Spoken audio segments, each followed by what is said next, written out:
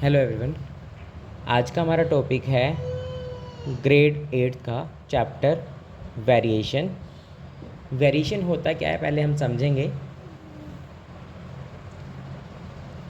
If two quantities depends on each other, यदि दो quantity जो है वो आपस में एक दूसरे पे डिपेंड होती है in such a way that a change in one result in a corresponding change in the other, यानी कि एक क्वांटिटी में चेंज करते हैं और दूसरी क्वांटिटी में भी साथ साथ चेंज होता है, देन हम कह सकते हैं कि वो वेरिएशन है। फॉर एग्जांपल अगर हम ये कह लेते हैं कि हमने दो क्वांटिटी ली है x, दूसरी है y। अगर हम x में चेंज करते हैं तो साथ साथ y में भी क्या होगा, चेंज होगा। ठीक है ना, y में भी क्या हो, चेंज हो। फॉर एग्ज़ाम्पल अगर हम क्या कहते हैं, हम मान लेते हैं एक पेन की जो कॉस्ट है वो हम 10 रुपीज़ कहते हैं। ठीक है ना, एक पेन की जो कॉस्ट है हम 10 रुपीज़ मान लेते हैं। और अगर हम दो पेन की कीमत माने 2 पेन्स, तो वो कितना होगा, 2 इंटू में 10 रुपीज़, तो कितना हो जाएगा 20। ऐसी अगर हम 3 पेन्स लेके चलें तो ये हो जाएगा 3 इंटू में 10 रुपीज़, ये हो जाएगा 30। यहाँ पर देखें कि जैसे जैसे एक क्वांटिटी में चेंज आ रहा है, एक क्वांटिटी में चेंज आ रहा है, तो हमारे कॉस्ट में भी जो है वो चेंज आ रहा है।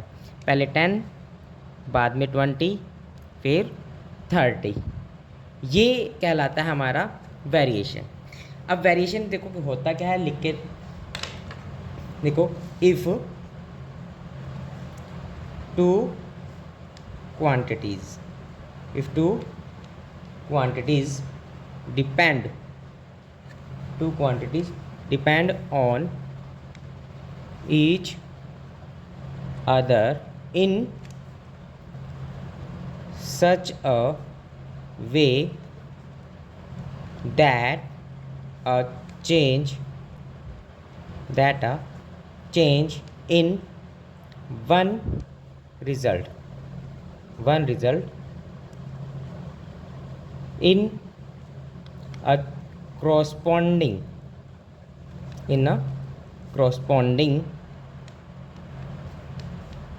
change in other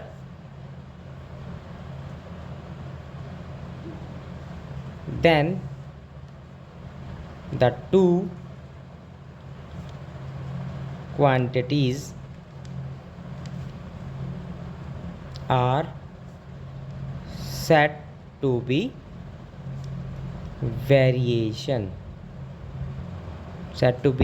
in variation। यानी कि एक क्वांटिटी दूसरी क्वांटिटी पे अगर डिपेंड होती है तो हम कह सकते हैं कि उनमें वेरिएशन है। अब वेरिएशन जो है हमारे पास तो 2 टाइप के होते हैं, टाइप ऑफ वेरिएशन। एक हो गया डायरेक्टली, एक हो गया हमारे पास इन्वर्सली। डायरेक्टली क्या हुआ, जैसे हमने यहाँ पर देखा कि एक क्वांटिटी हम इंक्रीज़ कर रहे थे तो साथ में दूसरी क्वांटिटी भी है, वो जो है उसकी कॉस्ट में क्या हुआ, चेंज हुआ। यानी कि एक इंक्रीज़ हुई तो दूसरी भी साथ साथ क्या हो रही है, हमारी क्वांटिटी जो है वो इंक्रीज़ हो रही है। ऐसी इन्वर्सली प्रोपोर्शनल में क्या होता है कि एक क्वांटिटी अगर हम इंक्रीज़ कर रहे हैं तो दूसरी जो है उसके इन्वर्सली प्रोपोर्शनल होगी, यानी कि डिक्रीज़ होगी। या एक को डिक्रीज़ करोगे तो दूसरी क्या होगी, इंक्रीज़ होगी। डायरेक्टली प्रोपोर्शनल के सबसे पहले हम एग्जांपल देख लेते हैं। एग्जांपल क्या क्या हो सकते हैं, जैसे हम यहाँ कहते हैं कि भाई अगर हम स्पीड बढ़ाते हैं, अगर हम अपनी व्हीकल की स्पीड बढ़ाते हैं तो हम डिस्टेंस भी जो है वो ज़्यादा कवर कर पाते हैं। तो यहाँ लिखेंगे if the speed of a vehicle increases the distance covered will be more। दूसरा क्या हो सकता है, कि अगर हम टाइम ज़्यादा लगाते हैं किसी चीज़ पर तो हमारा वर्क भी जो है वो ज़्यादा होगा। तो यहाँ लिख सकते हैं more the working time, more the working time, more work can be done. अगर हम समय ज़्यादा लगा रहे हैं किसी काम पे तो हमारा वर्क भी क्या होगा, ज़्यादा होगा। थर्ड क्या हो सकता है हमारा, more the number of person, more the food required. कि अगर हमारे पास पर्सन की जो क्वांटिटी है ज़्यादा है तो हमें खाने की भी ज़्यादा ज़रूरत पड़ सकती है। नेक्स्ट हमारे पास और भी हो सकता है, कहता है कि भाई more man at work, more work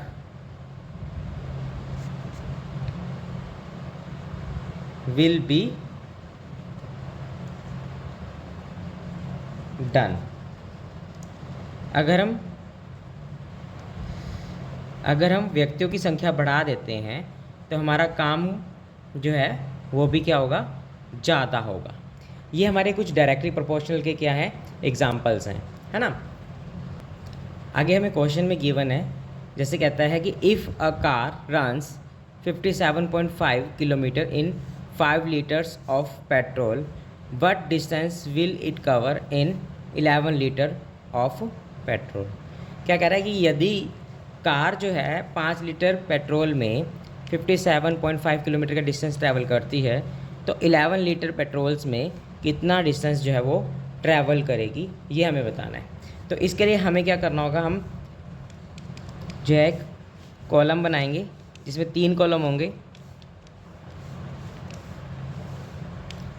यहाँ पर हमारे पास होगा डिस्टेंस और दूसरे में लिखेंगे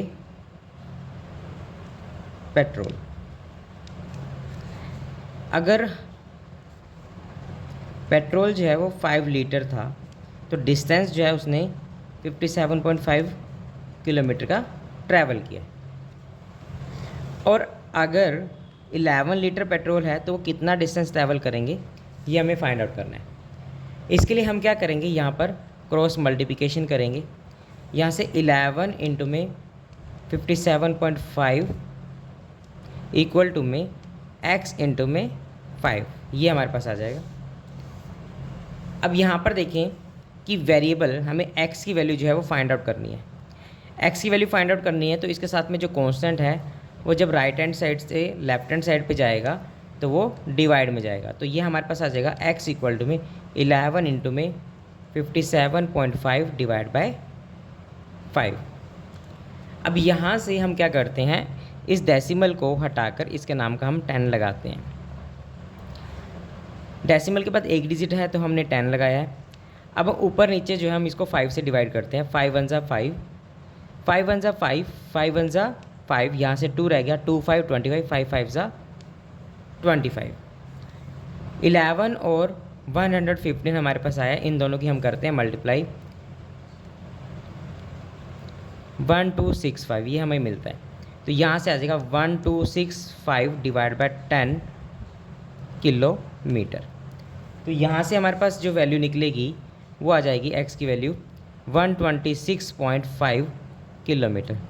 इसका मतलब ये हुआ कि 11 लीटर्स में जो कार है वो 126.5 किलोमीटर का डिस्टेंस जो है वो ट्रैवल करेगी।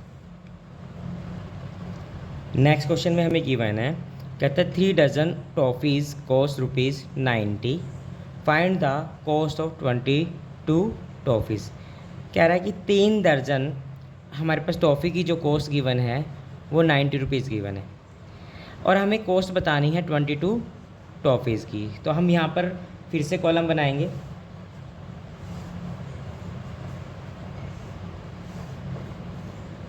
यहाँ पर आएगा नंबर ऑफ टॉफ़ीज़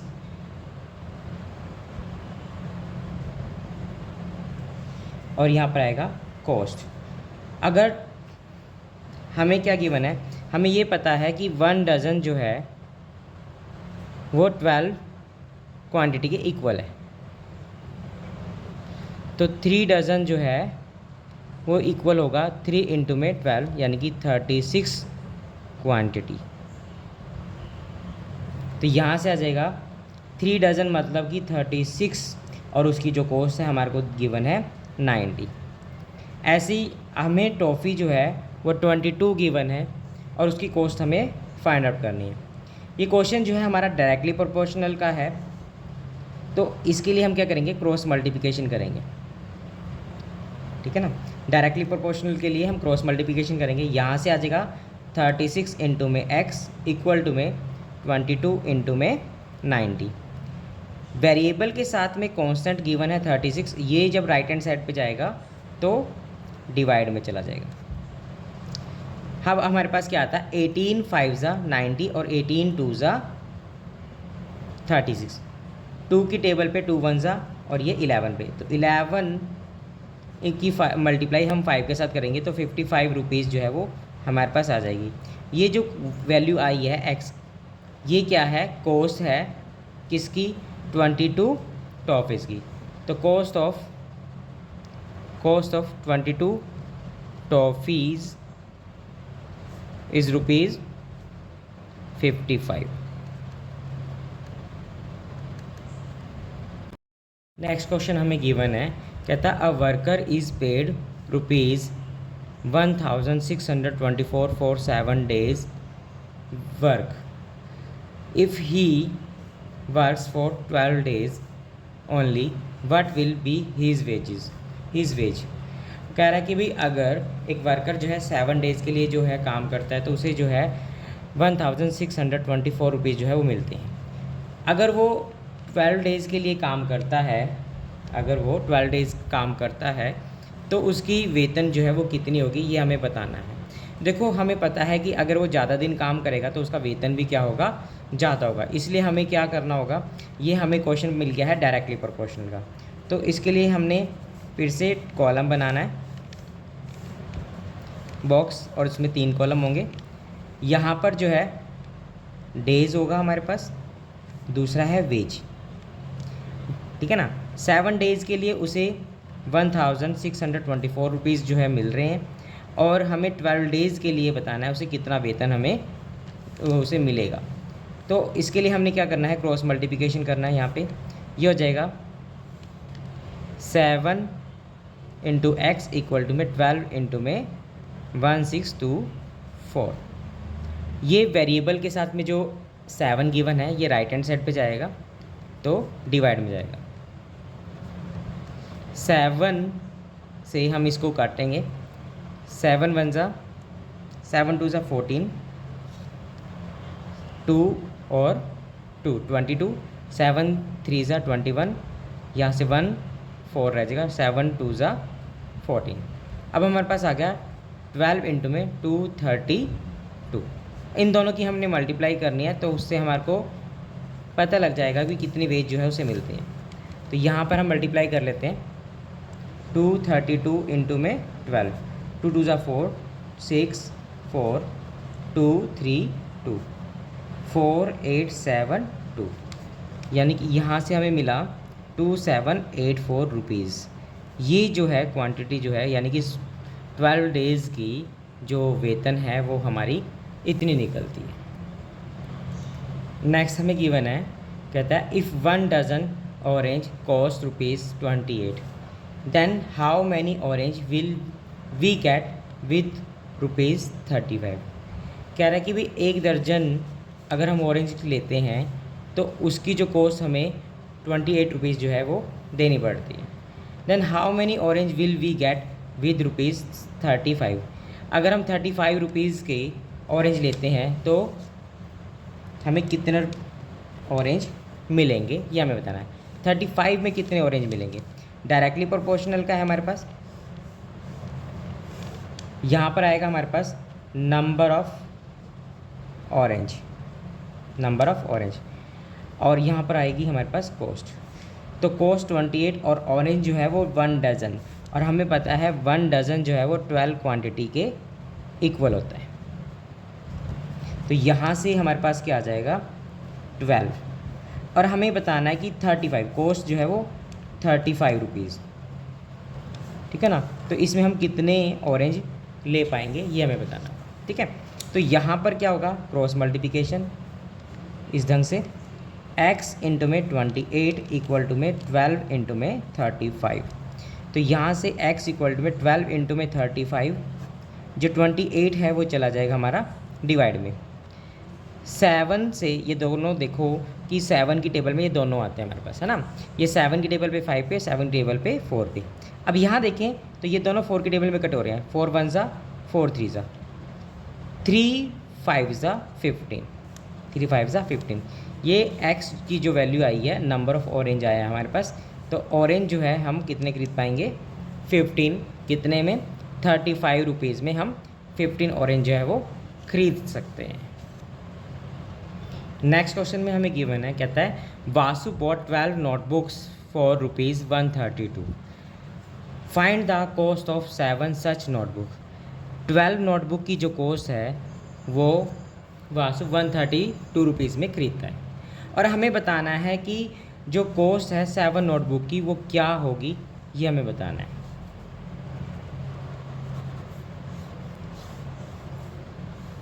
यहाँ टेबल हमने बना ली 3 कॉलम, जिसमें यहाँ पर जो है कॉस्ट और यहाँ पर नंबर ऑफ़ नोटबुक। 12 नोटबुक की कॉस्ट जो है 132 होगी, और 7 नोटबुक की कॉस्ट हमें बतानी होगी। तो यहाँ पर क्या होगा, क्रॉस मल्टीप्लिकेशन, यहाँ से हो जाएगा 12 इंटू में x इक्वल टू 7 इंटू में 132। यहाँ पे x के साथ में जो वेरिएबल के साथ में जो क्वांटिटी गिवन है 12, वो राइट हैंड साइड पे जाएगी तो डिवाइड में जाएगी। 12 से इसको कट करते हैं, 12 1 ज़ा 12, 12 1 ज़ा 12, 11 की मल्टीप्लाई 7 के साथ करेंगे तो 7 7 11 7 ज़ा 77। ये जो हमारे पास आई है, ये कॉस्ट आई है हमारे पास कितने कि भाई 7 नोटबुक की जो कॉस्ट होगी वो हमें मिली है 77 रुपीज़।